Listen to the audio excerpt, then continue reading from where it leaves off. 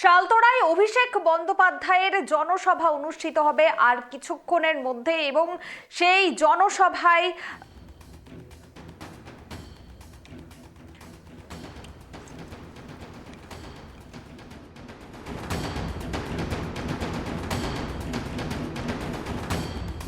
মামলায় এবার সুপ্রিম কোর্টের দ্বারস্থ হতে চলেছে ইডি। সূত্রের খবর, ইডির আইনি দল সমস্ত আইনি বিকল্প বিবেচনা করছে।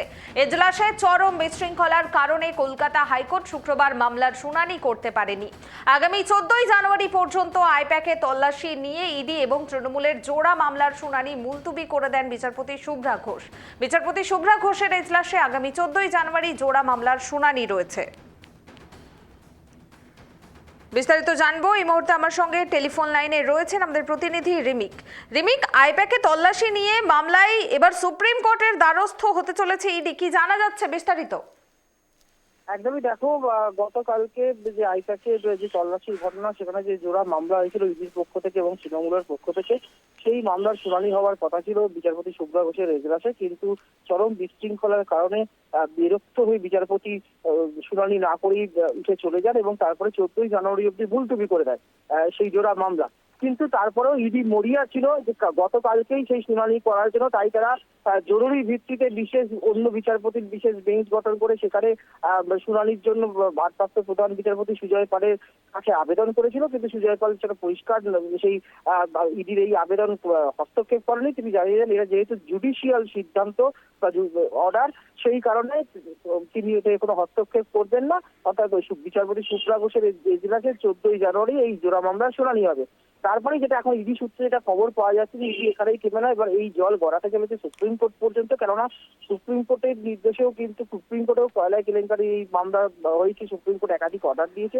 তাই ইডির পক্ষ থেকে যেটা জানা যাচ্ছে সূত্র থেকে, যে ইডি সুপ্রিম কোর্টে এই মামলা শুনানির জন্য আবেদন করতে চলেছে। ইতিমধ্যে ইডির যে আইনি পরামর্শদাতারা আছে বা আইনজীবীরা আছেন, তারা ইতিমধ্যেই বৈঠক করেছেন এবং যেটা জানা যাচ্ছে আজকে বা আগামীকালের মধ্যেই ইডি সুপ্রিম কোর্টে এই যে হেনস্থা আইপ্যাকের যে তল্লাশিতে যে তারা অভিযোগ করেছে যে আইপ্যাকের সল্টলেকের দপ্তরে এবং আইপ্যাকের কর্ণধার প্রতীক জৈনের বাড়িতে তারা যখন তল্লাশি করতে যায় তাদের যেভাবে হেনস্থা করা হয়েছে, তদন্তে হস্তক্ষেপে বাধা দেওয়া হয়েছে এবং তারা যে অভিযোগ করেছে মুখ্যমন্ত্রীর বিরুদ্ধে যে তিনি নথিপত্র সরিয়ে নিয়েছেন, সেই অভিযোগের ভিত্তিতে এবার সেই তদন্তে হস্তক্ষেপ, বাধা প্রদান এবং নথি তথ্য প্রমাণ সরিয়ে নেওয়ার সেই অভিযোগে তারা এবার সুপ্রিম কোর্টের দ্বারস্থ হতে চলেছে। এবং যেটা বড় খবর, যে পাল্টা কিন্তু বসেনি বিরোধীরা, অর্থাৎ রাজ্যের পক্ষ থেকেও যেটা খবর পাওয়া যাচ্ছে যে তারা আন্দাজ করেছিল আগামে, যেহেতু গতকালকে শুনানি ভেস্তে গেছে, প্রধান বিচারপতি জরুরি ভিত্তিতে শুনানির আবেদন হস্তক্ষেপ করেনি, তাই ইডি সুপ্রিম কোর্টের দ্বারস্থ হতে পারে।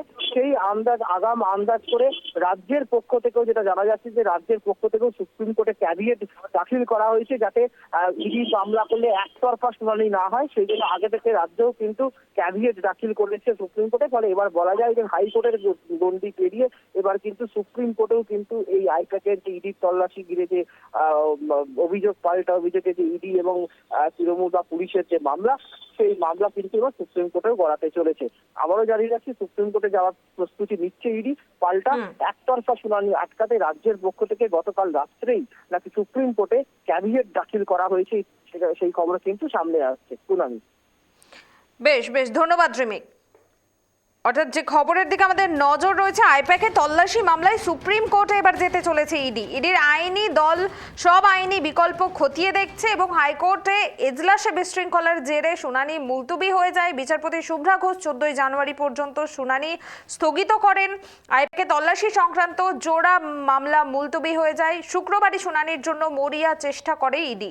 জরুরি ভিত্তিতে অন্য বেঞ্চে শুনানির আর্জি জানায় ইডি। তবে ভারপ্রাপ্ত প্রধান বিচারপতি সুজয় পালের কাছে আবেদন জানানো হয় এবং ইডির আবেদন খারিজ করেন ভারপ্রাপ্ত প্রধান বিচারপতি। এরপর সুপ্রিম কোর্টে যাওয়ার প্রস্তুতি শুরু করে ইডি। সব দিক খতিয়ে দেখা শুরু করেছেন ইডির আইনজীবীরা।